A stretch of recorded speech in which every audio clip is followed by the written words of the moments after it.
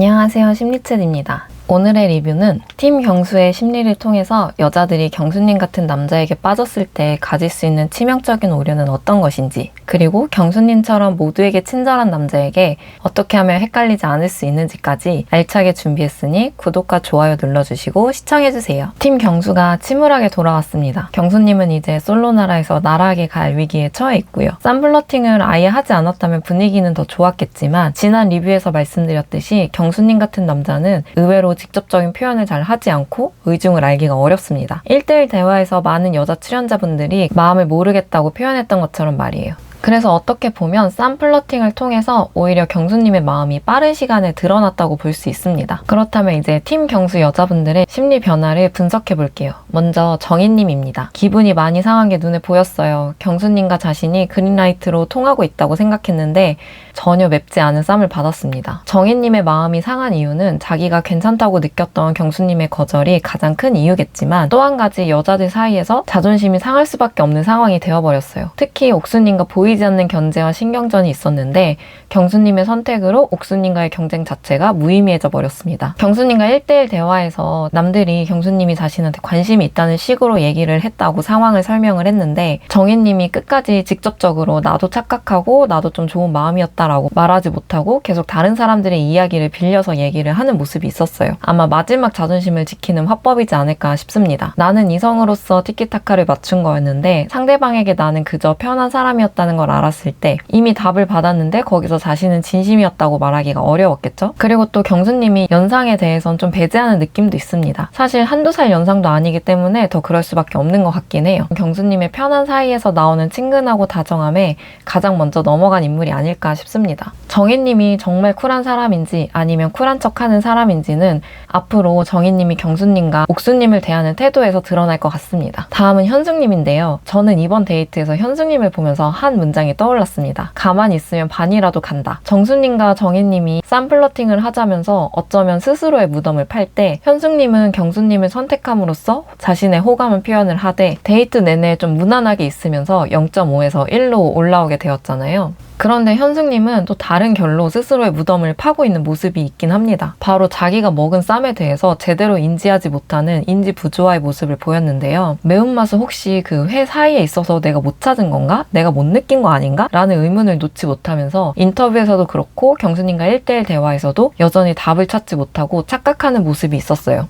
물론 제대로 된 쌈을 받았다면 현숙님이 받았어야 할 매운 쌈이긴 한데 저희가 봤을 때 경수님에게 있어서 옥수님과 현숙님에 대한 호감의 간극은 꽤 클 거로 보여져요. 다시 말하면 경쟁이 치열하지 않은 2순위일 수도 있어 보입니다. 왜냐하면 경수님이 쌈을 잘못 전달한 것에 대해서 마음이 쓰여야 할 사람은 정숙님뿐만 아니라 현숙님도 신경이 쓰여야 하거든요. 내가 호감이 있는 상대가 자기를 거절했다고 느끼면 어떻게 하지? 이런 마음이 들면서 얼른 잘못 전달했다. 난 당신한테도 호감이 있다라고 말을 하면서 마음이 급해져야 돼요. 근데 경수님은 현숙님에 대해서는 크게 조급해하지 않는 모습을 보입니다. 현숙님이 경수님한테 직접적으로 표현을 했기 때문에 경수님 마음에선 좀 편해져서 그럴 수도 있지만 그만큼 경수님에게 있어서 현숙님은 옥수님만큼의 일은 아닐 거라고 생각이 들어요. 이런 상황에서도 현숙님은 자신의 눈으로 정숙님과 옥수님이 매워서 눈물을 흘리는 모습을 보고 또 자신과 정희님은 아무렇지 않은 걸 경험을 하고도 경수님의 태도에 혼란스러워하고 있습니다. 경수님 성격상 옥수님에게도 아직 크게 표현을 하지 않은 마음을 현숙님에게는 더더욱 표현하지 않았을 것 같은데 현숙님은 오히려 쌈플러팅을 이해하지 못함으로써 해결되지 않은 어떤 과제를 받으면서 더욱 경수님에게 애달아하고 놓지 못하는 모습이 느껴져서 안타까운 마음까지 들기도 했습니다. 다음은 바로 경수님의 원픽인 옥수님입니다. 옥수님은 감정 변화가 정말 투명하게 드러나는 사람이더라고요. 데이트 갈 때 그리고 식당에서 정희님을 향한 견제, 초조함, 불안함 이런 게 매운 쌈 하나로 그냥 사르르 녹아버렸습니다. 게다가 또 다른 쌈의 주인공이 정희님이 아니라는 사실에 옥수님은 더더욱 안도했을 거라는 생각이 들어요. 자신이 위협적으로 느끼던 여자 경쟁자가 아니었고 경수님의 관심이 자신에게 있다는 걸 확인하자 인터뷰 때 눈물이 다 날 만큼 서운했던 몇 가지 사건들을 다 뒤로 하게 되고 인터뷰에서 좋았다. 쌈의 진실에 대해서는 넘어가기로 했다면서 경수님의 표현 행동에 무척 흡족해하는 모습이 있었습니다. 옥수님에게 다소 아쉬운 점이 있다면 옥수님이 초조해할 때 사용하는 말과 행동이 아무래도 어린아이 같고 있고 너무 감정적인 면이 있어 보이기는 해요. 이런 말과 행동의 이유는 자존심 그리고 감정이 앞서는 성향을 가진 걸로 보이는데요. 이 부분은 지난 리뷰에서 말씀드렸기 때문에 혹시 옥수님에 대해서 더 궁금하신 분들은 지난 리뷰 영상을 봐주세요. 마지막, 팀 경수에서 쌈 플러팅의 최대 피해자 정숙님입니다. 정숙님이 사실 다소 눈치 없이 쌈 플러팅을 제안하고 밀어붙인 것도 있어요.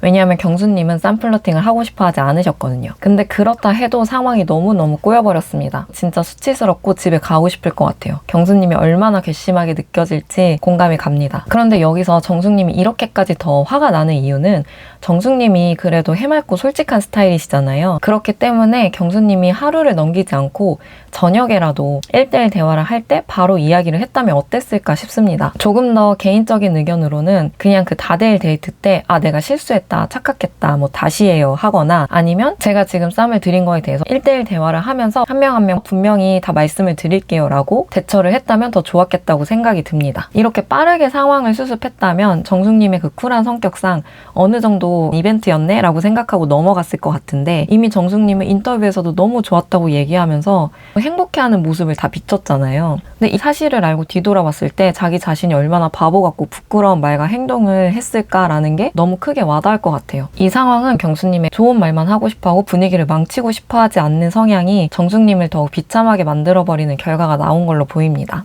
그래서 이제 경수님이 여자들 사이에서 나락에 갈 수밖에 없는 상황에 처했는데요. 이 와중에 경수님이 진짜 운이 좋게 반전이 있을 수도 있겠다라는 예측을 해보는 게 경수님이 다른 여자 출연자들에게는 이미지가 나락을 가더라도 단 한 사람 자신의 쌈 플러팅 실수를 너그럽게 넘어갈 여자 출연자가 있다는 사실입니다. 바로 그 여자 출연자가 경수님의 원픽인 옥수님이라는 건데요. 만약 이 쌈 플러팅으로 인해서 경수님은 나락행이 되고 옥수님은 묘하게 여자들 사이에서 배제되는 느낌이 된다면 오히려 이 두 분에게는 더더욱 둘이 더 의지가 되고 가까워질 수 있는 기회가 되는 거거든요. 그래서 사회적으로나 다수와의 관계에서는 괴로운 상황이 맞지만 호감 있는 상대와 둘이 더 가까워지기에는 오히려 좋은 상황이 될 수도 있겠다라는 생각이 듭니다. 이 부분도 한번 관전 포인트로 지켜보면 좋을 것 같아요. 그렇다면 이번 회차를 통해서 우리가 얻을 수 있는 적용점과 결론입니다. 여자들은 남자의 다정함과 친절함에 크게 착각을 하기 쉽고 특히나 쌈 플러팅에 대해 궁금증이 남으면서 경수님에게 더 큰 호기심이 자극되는 모습이 있었죠. 이렇게 상대에게 궁금증을 남긴다는 건 연애에 있어서 엄청난 매력 어필이 될 수 있다는 게 드러났습니다. 그렇다면 경수님처럼 만인에게 친절한 남자를 어떻게 구별해낼 수 있을까요? 첫날의 정희님 그리고 현 시점의 현숙님이 알아야 할 거는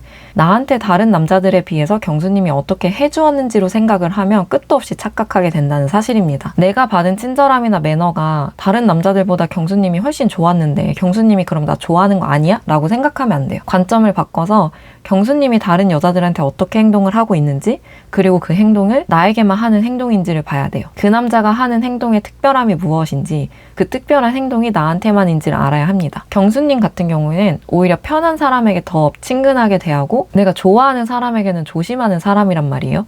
그렇다면 경수님의 특별함은 조심성인 거예요. 이렇게 관점을 바꿀 수 있어야 나를 좋아하지 않는 남자에게 일말의 친절함을 놓지 못하고 혼자 의미부여하거나 과대 해석하는 행동을 멈출 수 있다고 생각합니다. 물론 짝사랑만으로 만족스럽다면 상관이 없지만 대부분 연애와 결혼을 하고 싶으신 거잖아요. 반대로 생각을 하면 남자들이 잘 웃는 여성에 대해서 그 여자가 나를 좋아한다고 착각하는 거랑 비슷하다고 보시면 돼요. 예를 들면 영숙님이 영숙님의 웃음에 완전 동상이몽이 되셨잖아요. 영숙님이 난감해서 짓는 웃음을 전혀 읽지 못하고 첫날부터 모든 게 맞아 떨어진다고 느끼고 있습니다. 물론 여기는 영숙님이 딱 잘나서 거절하지 않은 것도 크다고 생각은 해요. 네, 저희 심리챗이 뽑아드리는 관전 포인트를 중심으로 또 다음 회차도 함께 즐겁게 보면 좋겠습니다. 감사합니다.